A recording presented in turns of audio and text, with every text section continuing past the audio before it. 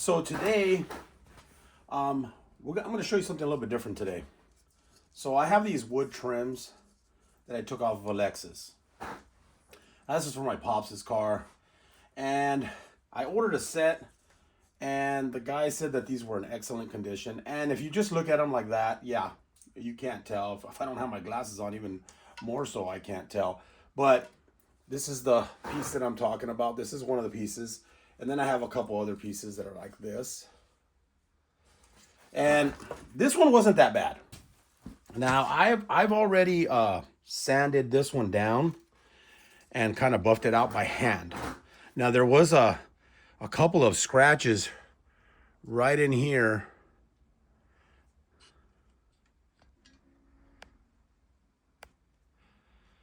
They were right there. There's still a really tiny one on there, but there was a couple of scratches that went like that. And I was able to take, first I took some 1200 sandpaper, wet, and I sanded it. And then I went straight to 2000 and got it pretty good. I mean, you gotta really try to look to find this. But this one actually looks really, really good now. This didn't have any scratches over here. It just had a few marks here, and it has one tiny one right there. I just saw it. Super light. I mean, you really have to like flip it and look at to be able to see it. So this one's really, really clean. I'm satisfied with this one. Even though I'm not going to use this, I'm going to sell that one on eBay. This one here looks really good when you're looking at it just like that. But then when you really start to kind of tilt it a little bit, you can see a little bit of scratching there.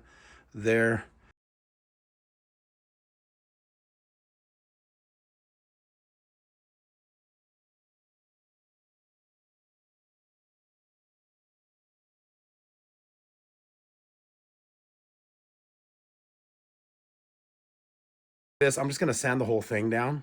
I'm just going to show you this stuff before we get started. You're going to see some of the video. I'm going to be using some of these materials, but I'm telling you from the start what not to use and what to use, even though you see me using some of these other things just to make this a lot easier. So I recommend, if you're going to do a wood trim like this, don't go deeper than maybe 1200 grit. Okay, do not use 1000. You're going to see me use 1000. Do not use it. It makes it a little bit harder. Then you got to go over it a couple times. If you do it, you can still get it right. Just going to make it more work. The 1200 will work. Unless it's a deep scratch, then you're going to go ahead and use the 1000. We're going to eliminate that for right now. Then after that, these are all going to be wet. Then you're going to use the 2000. And then I don't have any sandpaper of this in 3000. I only have it in this deal right here, which goes onto here. Then I sand it with that, or I can just sand this by hand. We'll do the 3000, the last one. And then if you are going to use any kind of a gun, I would not recommend using a drill. It's not going to come out good. It's not going to come out. I'm just telling you right now, your best bet, either if you have a mini one of these to use instead of a drill, because this drill just does not have enough power. I used this here. I used my cutting pad on my my rubbing compound, and then I used this to buff it out, and it came out really, really, really good. Once I do that, then I put my carnauba wax, which is what I have on here now, and you're gonna see me in the video go through these steps right now, but I'm just gonna show you right now because I just let this dry, and I'm just rubbing the last carnauba wax, and that's what you'll end up getting out of there. So there was some scratches on here, and then there was more hairline scratches after it. I got this thing near flawless. There's a tiny speck in here, but that's in the wood already. It's kind of got an indentation, so I'm not going to be worried about that, but it came out just beautiful. I did this piece before. I did this one by hand. I didn't use any machine on this, and this came out beautiful, but this had really, really, really light scratches that I was able to kind of rub out with my, by hand with just microfiber towels. So that's pretty much what I wanted to let you know just before we get started. So let's get to the video. What I'm gonna do is I'm gonna go 1000 grit, and then I'm gonna go 1200, and then I'm gonna go 2000. Okay, and then once we're done with that, I'm just gonna kind of wipe it clean. I'm gonna use some rubbing compound. Now, if you have a a little small like buffer, you can probably buff these with that. And then once we're done with that, we'll go ahead and polish it with this. So right now what we're gonna do is I'm just gonna take a little sanding paper. I'm gonna go like this, and then we're just gonna start sanding it. Now, since I have a bunch of little hairline scratches here, I'm gonna go ahead and do the whole thing. I was only gonna do the little section right here where it had a little deeper scratch here. That's the only reason I'm using 1000, because 1000 will take that little, should take out that little scratch, because it took out the other ones with 1200. If I would have went 1000, I probably could have got it perfect.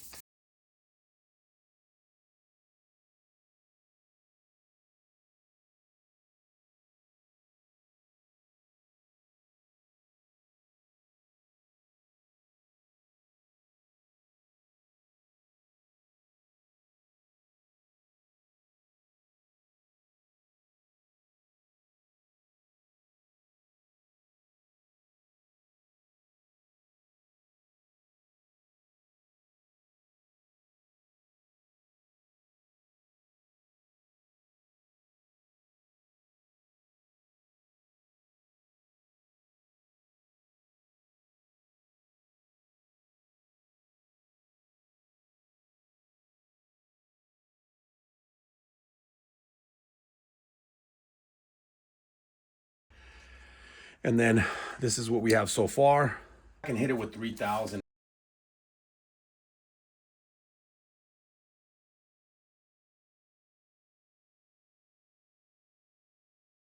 So I sanded this down. I tried to buff it out again with this little wheel here.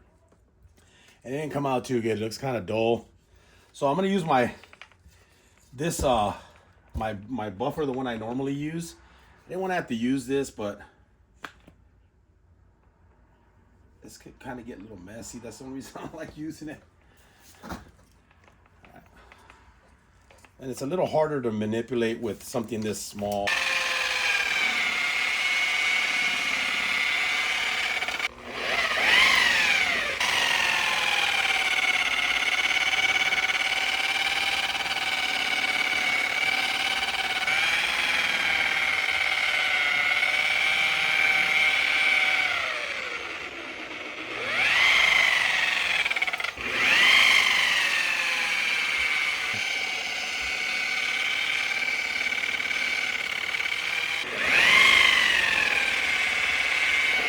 Oh yeah, that looks a lot better. And that was with the rubbing compound. That wasn't even with the polish. That's with the rubbing compound, and it came out really good.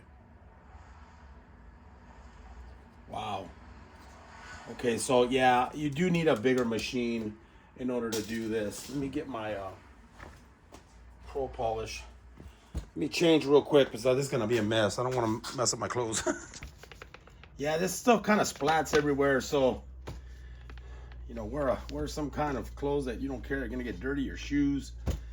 When you start using polishes and stuff, this stuff goes everywhere, man. All right, so I'm gonna do my polish now. So we hit it with the 3000 to sand it, and then we came back with our rubbing compound, and we used our cutting pad right here. Now we're gonna use our polish pad, and it actually looks really good already like that. But we're gonna try to polish it a little bit better.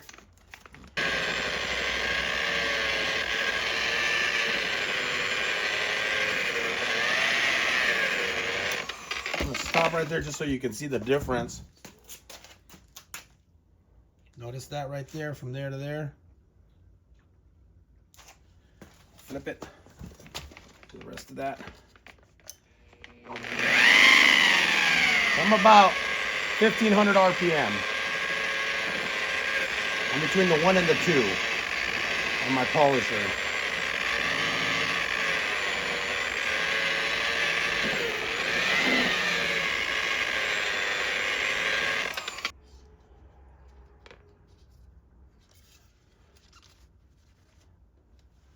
A little bit more on here, one little spot right there. Now this is a tiny spot. I mean, if you have a smaller, you know, polisher that you can use, this is a big one. Obviously, this is not for this, but this is all I got.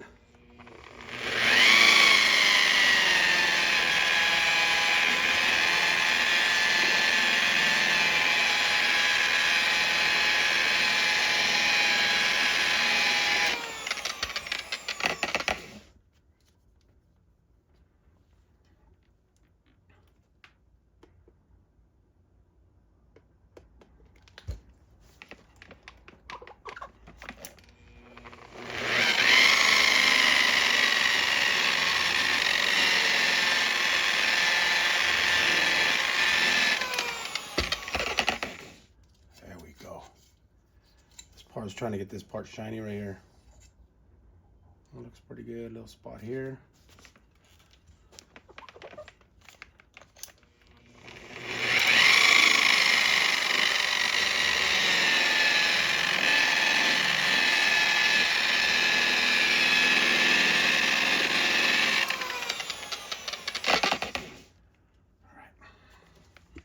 That looks pretty good.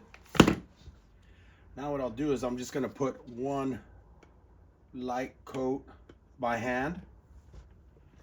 We'll go ahead and the only reason I do this is to get any of the residue polish off.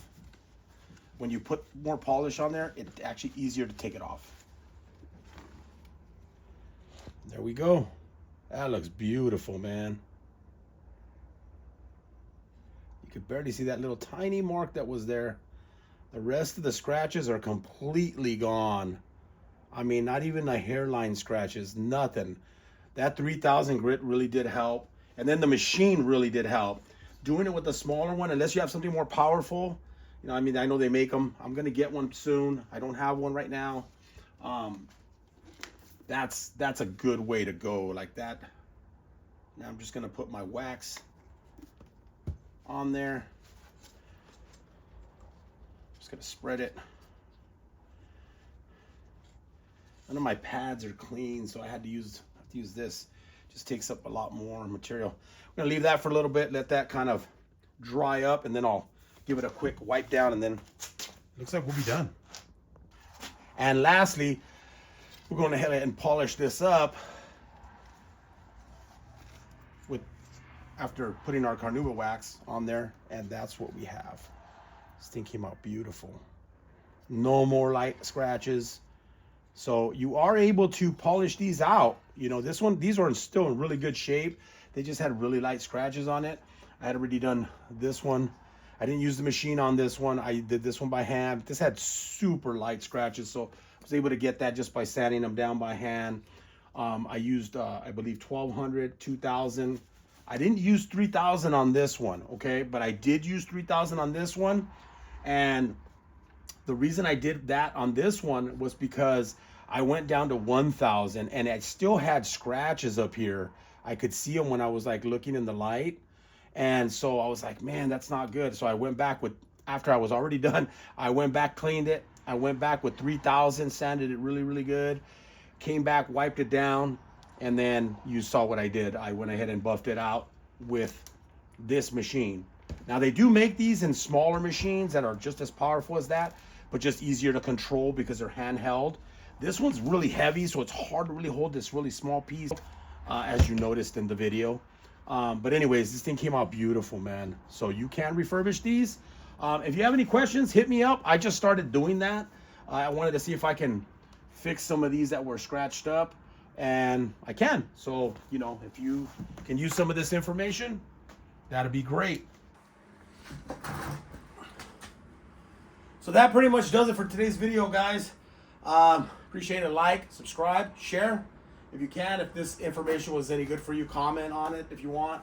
You know, I'm new to this, so don't hit me up too hard.